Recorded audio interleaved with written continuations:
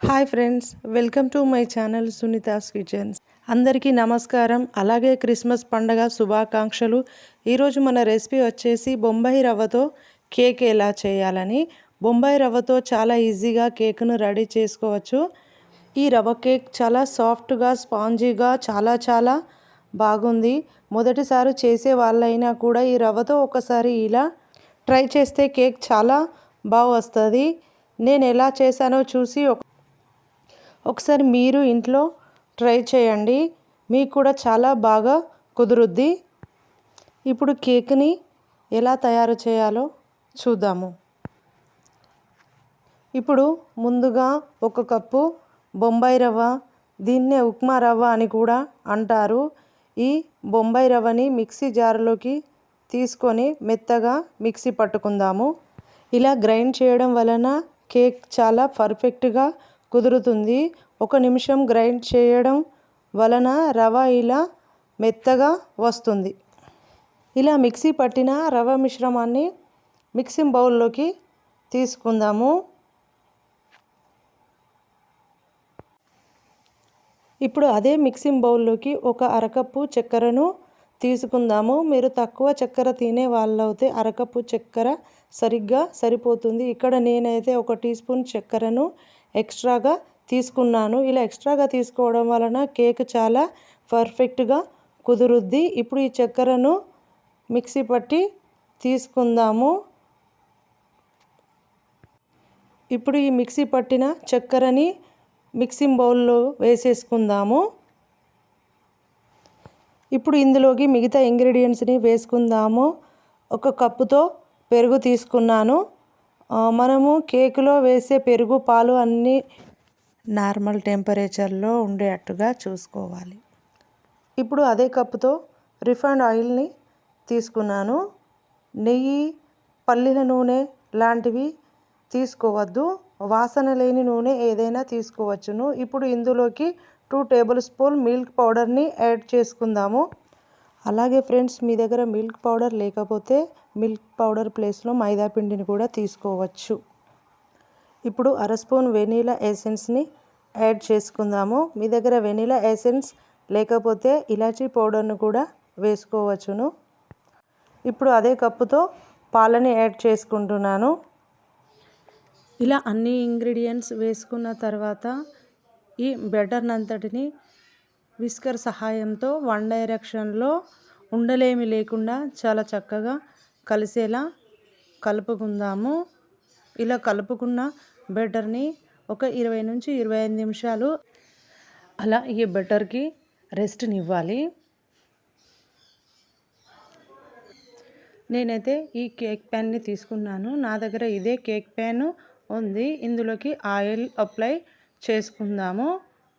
Oil apply చేసుకున్న తర్వాత మైదాపిండిని తీసుకొని డస్టింగ్ చేసుకోవాలి. ఈ మైదాపిండి ప్లేస్లో మీ దగ్గర బటర్ పేపర్ కనుక ఉన్నట్టయితే మీరు బటర్ పేపర్ యూజ్ చేసుకోవచ్చును. నా దగ్గర బటర్ పేపర్ లేదు, అందుకనే నేను మైదాపిండితో డస్టింగ్ చేసుకుంటున్నాను. ఇలా బౌల్ అంతా మైదాపిండితో డస్టింగ్ చేసుకొని పక్కన పెట్టుకోవాలి. ఇప్పుడు ఈ బ్యాటర్ చక్కగా నానినట్టుగా ఉంది, చిక్కబడింది కూడా.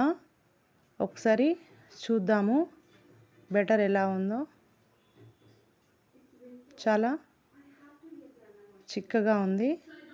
ఇప్పుడు ఇందులోకి ఒక జాలీని పెట్టుకొని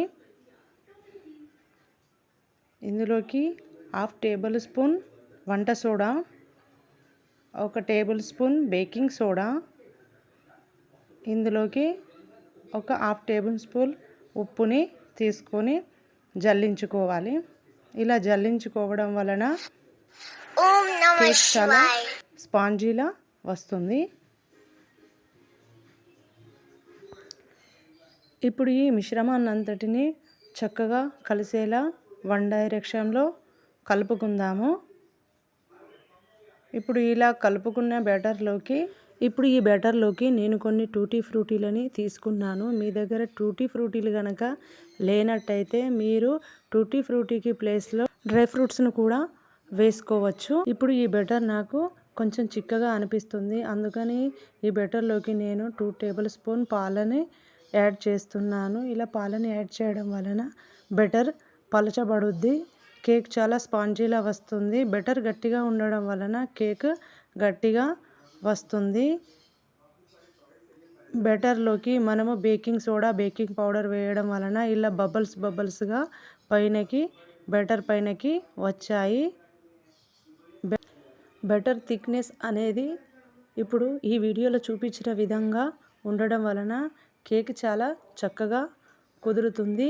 ఇప్పుడు ఈ బెటర్ని అంతటిని కేక్ ప్యాన్లోకి వేసుకుందాము. ఇప్పుడు కేక్ని బేక్ చేయడానికి ఇలాంటి మందపైన గిన్నెని తీసుకోవాలి. ఇప్పుడు ఈ గిన్నెలోకి నేను ఈ రింగుని పెడుతున్నాను. రింగుని పెట్టి గ్యాస్ని హై ఫ్లేమ్లో ఉంచి ఒక 5 minutes వేడి చేసుకోవాలి.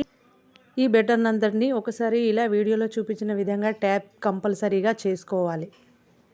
ఇప్పుడు వేడైన ఈ గిన్నెలోకి కేక్ బెటర్ని పెట్టి కేక్ని 20 నుండి 25 నిమిషాలు గ్యాస్ని మీడియం ఫ్లేమ్లో పెట్టి కేక్ని బేక్ చేసుకుందాము. 10 నిమిషాల తర్వాత గనక మూత తీసి చూస్తే కేక్ చాలా చక్కగా బేక్ అవుతుంది. ఇప్పుడు ఇలా హాఫ్ కుక్ అయిన కేక్ పైన గార్నిష్ కోసం టూటీ ఫ్రూటీలని ఇలా పైన నుండి వేసుకుందాము. మీరు ఈ టూటీ ఫ్రూటీ ప్లేస్లో డ్రై ఫ్రూట్స్ని కూడా వేసుకోవచ్చును.